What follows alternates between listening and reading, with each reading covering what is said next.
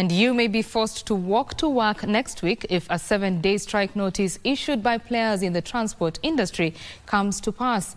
Transport service providers are urging the government to rescind its decision to effect the road maintenance levy, which has gone up by 7 shillings. Motorist Association of Kenya, Peter Murima, that's a member there, says the disbandment of the Energy Petroleum Regulatory Authority, among others, other structural reforms, will usher transparency and accountability in the sector. In its recent announcement, the Energy and Petroleum Regulatory Authority increased the levy by 7 shillings despite opposition from the public and stakeholders of the new tax. And barely a week since the review, players in the transport industry want the levy rescinded. We, the undersigned, reject the illegal increase of the road maintenance levy. They argue, under the new dispensation, Kenyans are being denied the right to enjoy the current dip in global oil prices. When the world prices go up, it is passed on us without any reprieve. So why should they introduce taxes through the back door? Motorists say the review is untenable for business.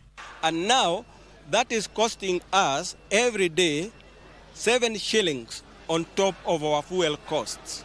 If you multiply that with the daily consumption that we do of 20 million liters of diesel and petrol, you find that every day we are paying illegal cess or illegal levy of Kenya shillings 140 million.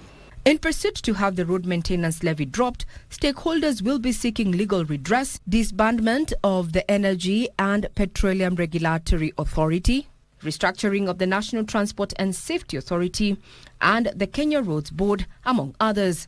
We give the government 7 days to rescind the increase of phase industrial action.